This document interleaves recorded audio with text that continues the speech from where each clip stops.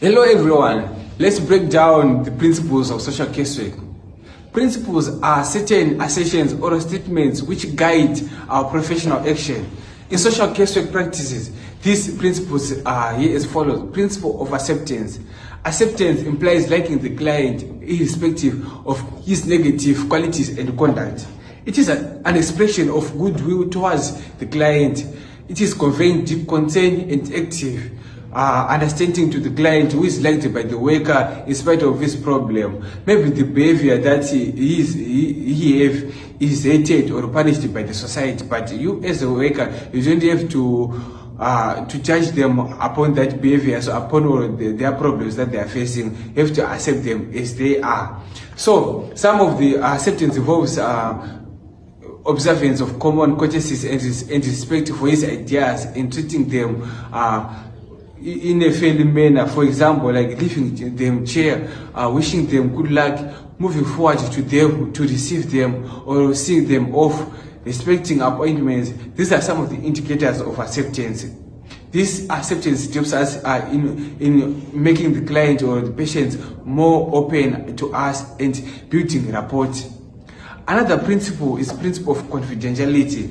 Everyone prefers his information to be kept to themselves so that they can save from embarrassment from the society or from the people. So as a social worker, when a client comes to you, you don't have to leak those information. You don't have to give people access to the client's information. You have to be kept confidential. So once the worker knows the value of worth and dignity of an individual, he will refrain from encroaching upon the client's privacy and maintain the confidence reposed in him. Once the client loses confidence in a social worker, he will not believe the worker, and the whole process of communication will break down, and it will be impossible for the client to be helped, for the worker to help the client or the patient.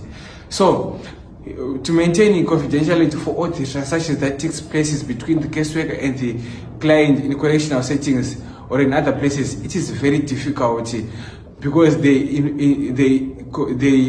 include third parties. So concept of confidentiality differs with different countries and cultures. For example, Western societies, they adjust to it more than in societies like Asian countries like Japan, China, and India. Principle of relationship or rapport building. Relationship is the medium to which anyone to help anyone. Relationship has to be positive to be effective. No relationship, no communication. No relationship, no help. Relationship is an emotional bond which works as a transmitting belt within the concerned parties.